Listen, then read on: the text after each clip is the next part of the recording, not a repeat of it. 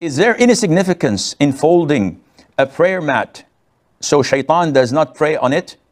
Or if it is already folded, do we have to unfold it to pray on it?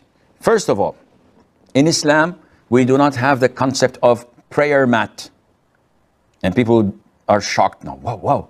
All of our lives we are using prayer mat. Is this something out of Islam? Says there is no concept of prayer mat.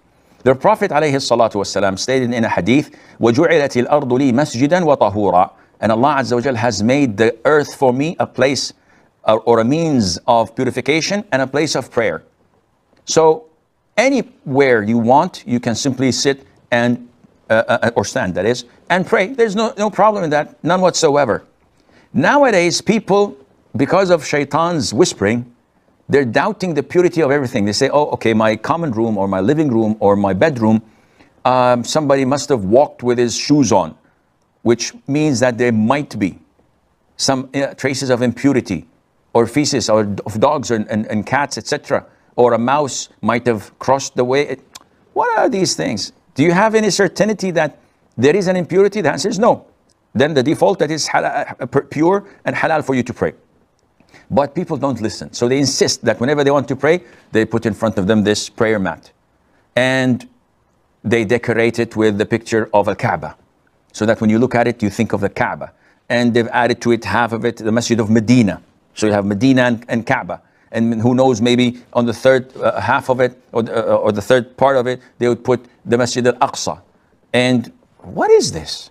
This is not related to Islam. Hypothetically speaking, no problem. I would not say that it's haram or your prayer is invalid. Go ahead and do it.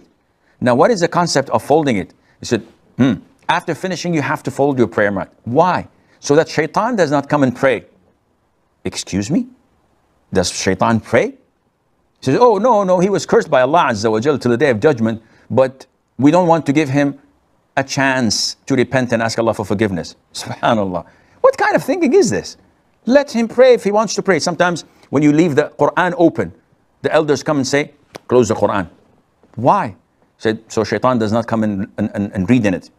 And you think shaitan would have the audacity to come and read, or he's interested in reading? He's got a mission and a vision. He doesn't want to pray. He doesn't want to ask Allah for forgiveness. He knows that he's doomed till the day of judgment, and his mission in life is to pull with him to hellfire as many as he can. So what are you talking about? All of these things are nonsense. Closing the Qur'an so that the shaitan would not read, folding the prayer mat so that the shaitan would not pray. All of this is baseless nonsense and has no credibility, none whatsoever.